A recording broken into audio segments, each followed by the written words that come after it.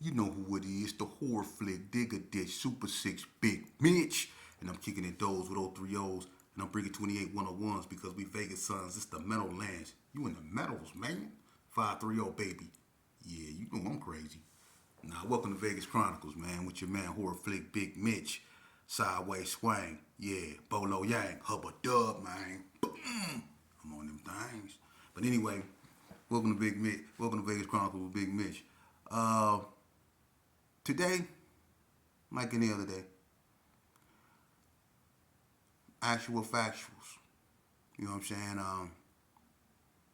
Somebody asked me a question. I try to ask some questions in the comments. Were there any reputable, white boys in Vegas that was a part of gang culture? Um, yeah. But you know, there, the Reap Boys, which is it was a Gold Bar Posse, was a white blood gang. I really don't know if they're not around no more like that.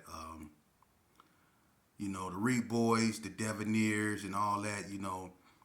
To me, the Reed Boys really was jocks. You know what I mean? The one of the head honcho of the Reed Boys was Billy Monahan, big steroid using dude. You know what I'm saying? Jason Gallagher and all them. But as far as putting in like in the streets, like real work, um, there's names out here, but not that many. You know, you have a lot of dudes of mixed races that was reputables out here, but not enough for me to, spend a lot of time on. It might be some now, but I'm not in the game, so I don't know. But when I was coming up, it wasn't that many like that names that was ringing, like that. You had people like Joey Castro. I don't know where he was from. I think he was from the Philippines or Guam or somewhere like that. I don't know where he was from, but you had people like that and a few more. Dirty G, who was a GQ, he was white, but that was back during the days when they did mostly fighting. When when gang banging got out of hand, really 88, really in after 86.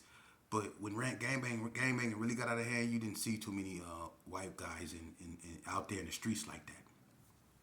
But today, I want to talk about a story somebody wanted me to tell.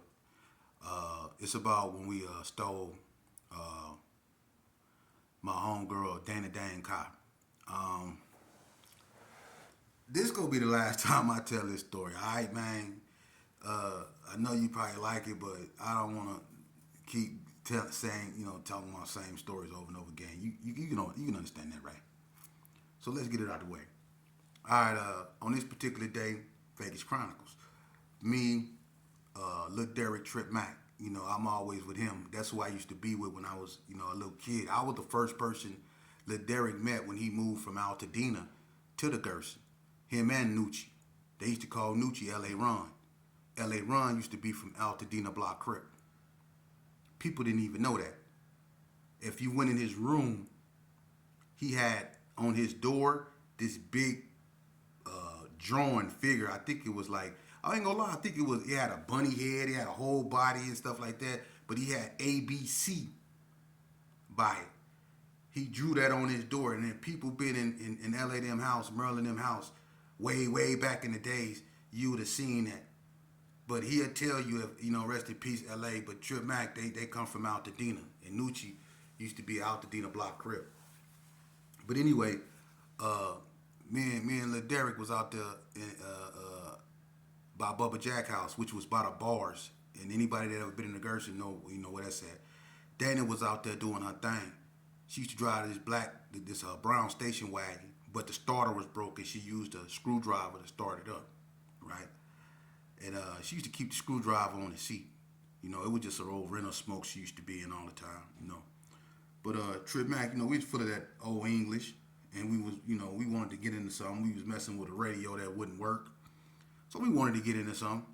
So he came up with this crazy idea of stealing Dana Cop, and me, I was just out of Elko, had a little high chest on me, you know what I mean? I was benching about 210 pounds, you know what I'm saying? You couldn't tell me nothing. I thought I was on swole, I was a little bitty kid, but I was down for whatever, so he used me to lure her away. When she was over there doing her thing, I went up over there and I asked her, I said, hey, Dana, let me get $2, go get a 40, right? This one, a 40 ounce cost $1.75. So I said, let me get $2, go get a 40, right? Dana said, hold on, right? But the whole time, man, I'm on the other side of her, facing Bubba Jack house. Trip Mack then went on the side where he stayed and snuck to her car. He done got in her car, and when she came over by me, when we was by the bars, he got in the car, started it up, took off, right? So when she give me the $5, I walk around the corner like I'm going toward his house. I take off running. I catch up with him. He slow down, I catch up with him, jump in the car, we pull off. And I think that was, I'm not for sure, but I'm going to say Celos. I don't know if that was Celos. We picked somebody up. It was so long ago. I'm going to say Celos. I don't know. I'm not for sure, but I think it was Celos. But we was driving back and forth on McGuire, bumping a horn. She would remember this. We was bum, bum, bum, bum, bum. Dana was, I'm going to beat y'all, motherfucker. She was going ham. You know what I'm saying? This one, Dana was Dana. The knockout artist Dana. The hand goddess Dana. Whew, she wasn't no joke. And I don't know why I let this boy talk me into taking that car. It had to have been the liquor. It had to be. Because if I was in my right mind, I wouldn't have did that. And you finna see why. But anyway, we decided to take her car, and we was driving back. We'll let her get up on the car, and we'll pull off on her and stuff like that. So I think that was I'm not for sure, but we picked up another homie. And if it wasn't CeeLo's, my bad. But we picked up another homie, right? And we was driving back and forth doing the same thing. You know what I'm saying? Let her get close to the car, skirting off. She was hot, right? So Trip Mack, he said, hey, CeeLo's, or whoever that was in the car, he was like, let's, you drive, because he tried to get me to drive. I was like, I'm not driving. He was like, you drive, I'm going to get on the back. And when he wanted to get out the car, get on the back of the car, which was weird to me. Why would you want to get out the car, get on the back, and flip her off? That didn't make no sense to me. But at the time, I was drunk. I didn't care. We was having fun. So I listened to him. He got in there. I got on the back of the car. We started driving, right? We thinking he on the back. We roll by her. We hunk, stop, laughing, giggling, and pull off, right? She just gave me $5. So she really mad. She really mad at me, right? So look, Trip Mack then jumped off the back of the car a long time ago. The whole time we rolling by her thinking he doing what he was supposed to be doing, he wasn't even on the car. So when I guess the homie, CeeLo's, or whoever that was, looked through that rearview mirror and seen that he wasn't back there and jumped out the car and left the car right up over there by, Boomstem used to stay by the substation right there by the second basketball court. He left the car right there. We took off running by the boys club, in front of the boys club, right? Man, it just so happened Dana was coming around the other way because we was driving in that direction every time we passed. So she was coming around the other way behind the office building, and we was coming in front of the boys club, so she missed us. We ran over there to Trip Mack house, bammed on the door. He go open the door. He done went in there and turned off all the lights, laughing like it's funny, right?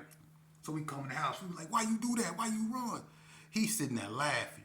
Whenever he do something stupid, he just like to laugh. I ain't understanding about his little short dude, man, about 4'4", short, bags on or what. Got to sit on a phone booth to drive a car. But had a car when he was 14 years old. For real. This boy was horrible. So anyway, we chilling, right? We got the lights off, right? I ain't tripping. I'm thinking, we in here. We all the way right, you know what I'm saying? So she ain't finna do nothing, you know what I'm saying? That's what I'm telling myself to try to make myself not be scared. But in reality, my heart was beating so fast, man. I ain't want to be in his house. I ain't want to be in Vegas. I ain't want to be from the Gershon right there and there. I ain't want to be.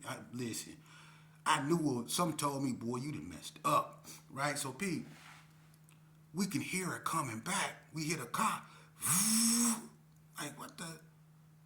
We ran upstairs. Trip looked out. He seen it. Man, here come Dana.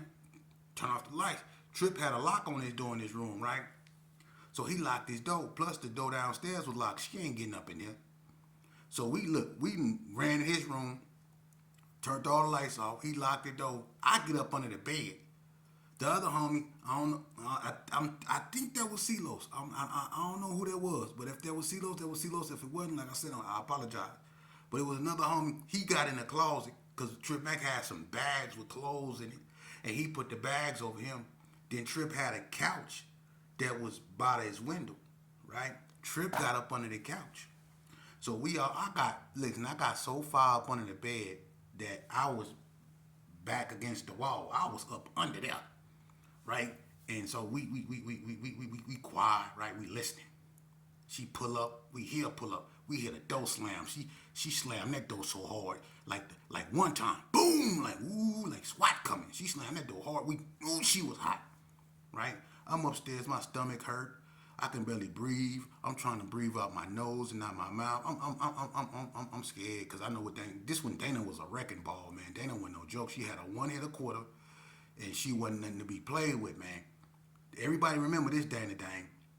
So Pete, she come bamming on the door. We get really quiet. You can't hear nothing but heartbeats up in the room. She bamming on the door. Trip Mac over there laughing. I'm telling him to shut up. Shut Trip. I'm telling him to shut up. Shh. You should have seen how I was going. Shh. Man, shut up. And we wail upstairs and she outside. And I'm going, shh. Shut up. I was scared to death, boy. I ain't lying. Look, she bamming on the door. I'm like, won't you just go away? You know what I mean? Ain't nobody finna answer that. You might as well go home. Trip Mac moms woke up. Merlin, right? Merlin, who is that bamming on my goddamn door? Right? I'm like, oh man, Trip Mac, mama. Well, she don't know we up there. Just be quiet, everything gonna be good. So Merlin go downstairs. Merlin open the door. You can hear Merlin and Dana talking. All you hear is Dana's voice saying, I'ma beat they mother. And you know it. That's all you heard. And Merlin was like, well, I ain't heard. I don't think they here. And she was like, they up in here. She knew we was up in there. I don't know how, but she knew. So look, they come upstairs. Merlin telling them, I don't think he ain't up in there. Ain't nobody up in there. She said, he up in there. They took my car. And I'm a woo. And then she said, and sheepdog Pomo. Man, when she said my name, I passed out up under the bed for about, I swear to God, when she said my name. Because that means that she gave me $5 and I still had it. I ain't even want it no more. For real. But look, they come to the door. She took the she tried to open the door and wouldn't open. Right? Trip under there moving. I don't know what he trying to get out the way with. I'm trying to tell him, you're doing too much. You know what I'm saying? But anyway, they couldn't get in the door. And Merlin was like, ain't nobody up in there. And they banged on the door. And so Dana left. We thought, cool. She went down there and got a butter knife. And anybody that ever lived in a Gershon know that's all it took to get in them rooms was a butter knife. For real. You use a butter knife. Look, she went downstairs and got a butter knife. Dana used to stay next door.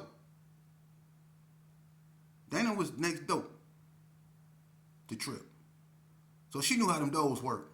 She went down there and got a butter knife. And I got to pause for a second. Because when I heard them footsteps coming back up the stairs, I knew that wasn't his mom's. And look, she come to the door. I can hear her juggling whatever it was a butter knife at the lock.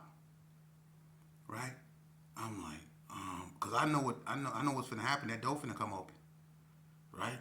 But I'm praying that it's broke or something. Something miraculously happened, but it didn't.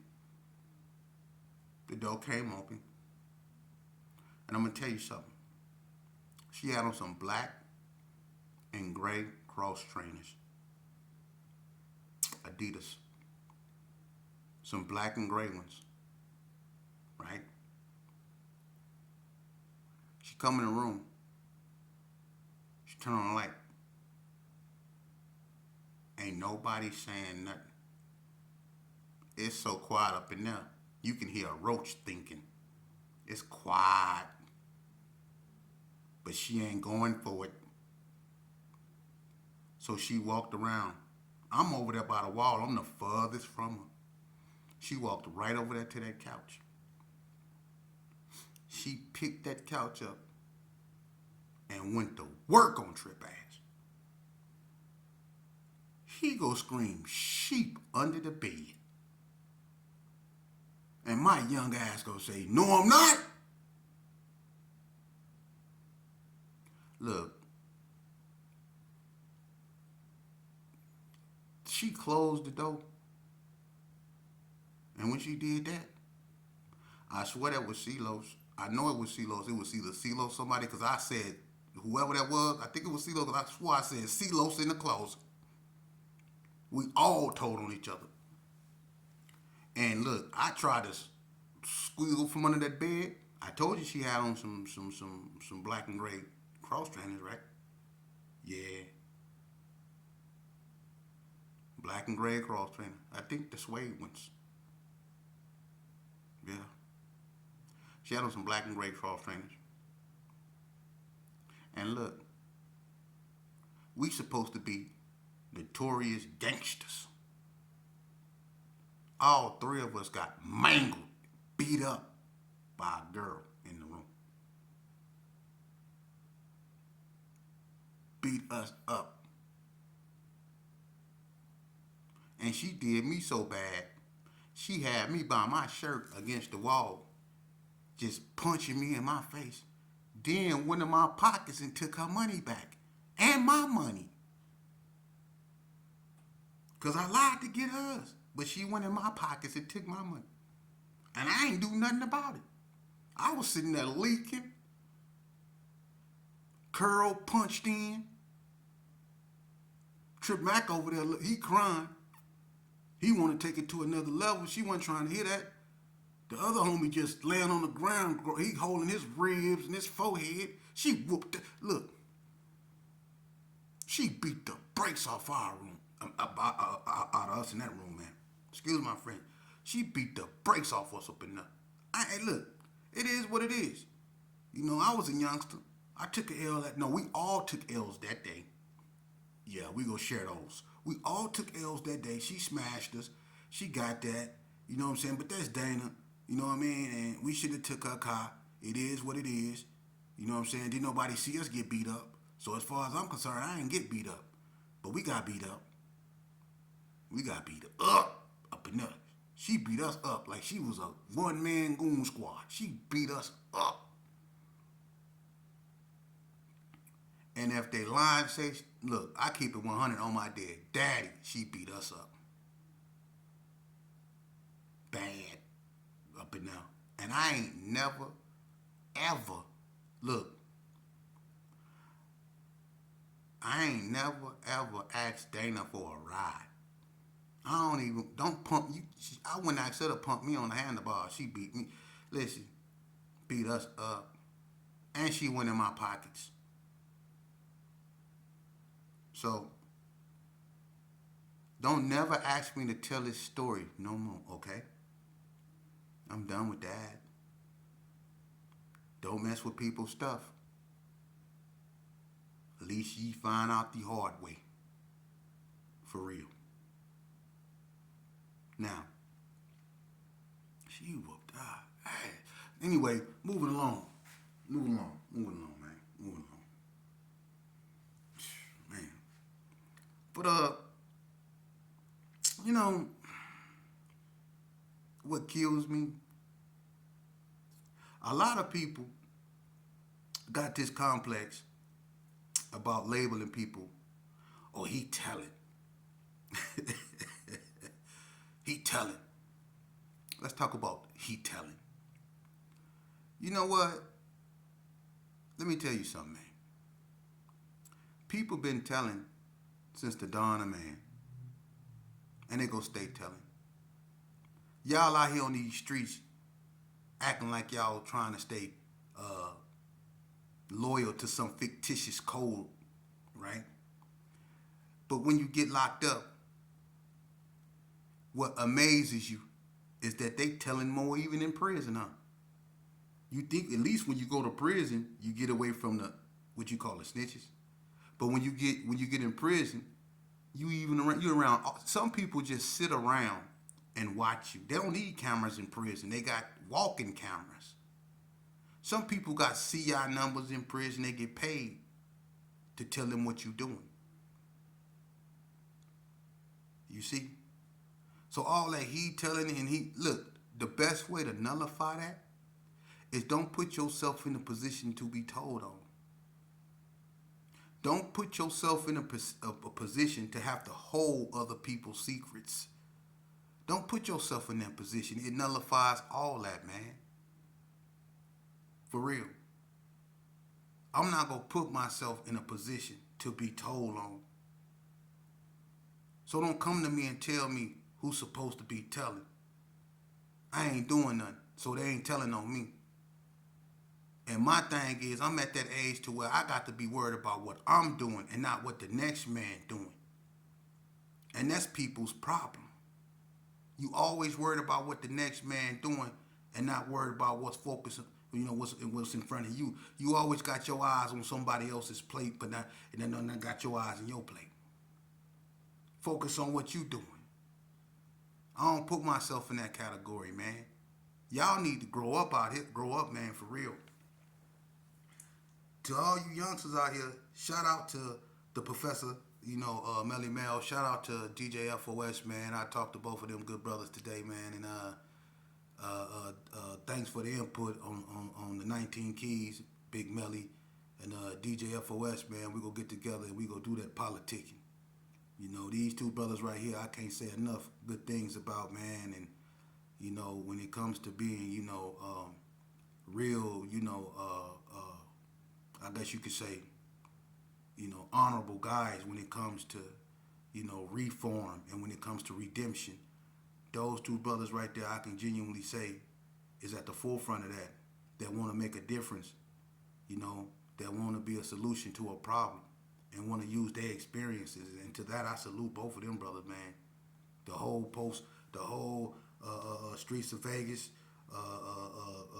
Melly Mel Hood Post, man, all that, man. Postmaster General Marlena, everybody. My girl Libra, shout out to everybody that's been supporting my platform. Now that's just what we need to do more of, we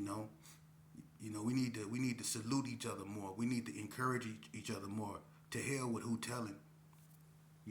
I don't want to go through that because y'all so caught up on who doing this. Al Sharpton was doing this, and you still followed him. My thing is this here, man. Don't put yourself, to any youngster that listen to this, don't put yourself in a position to be told on. That nullifies that. Stand on your own. You don't need to be in a gang. God gave you a gang of common sense. That's all you need. For real. Ask anybody, you can't ask anybody, but a real person, a real genuine person that really been through this, lived this life, and lived to tell about it, and learned the lessons of living this life, will truly tell you that you setting yourself up for heartbreak, failure, destruction, recidivism, bipolarism, post-traumatic stress syndrome. You setting yourself up when you join a gang or when you live this type of lifestyle for everything that we consider ungodly. I'm keeping it 100 with you. Being a gangbanger ain't never bought me nothing. I never found peace being at war with not just people I considered my enemy, but my own self. I was the biggest enemy that I ever faced. I was a bigger threat than any Donna Street Crip or any other Crip that you can put. I was my own biggest threat, me, because I kept putting myself in a situation that led to me losing my eye, that led to me getting stabbed in the head, that led to me doing all this prison time, to leading to me having a messed up reputation, leading to me to be away from my moms for so long that it feel like I'm just now getting to know her. It totally messed me up, this gang and this lifestyle. And people that lived it will tell you it messed them up too. We have never won nothing. We took all losses. So if you into losing,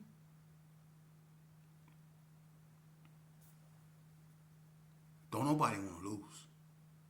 But if you in the losing, then hey.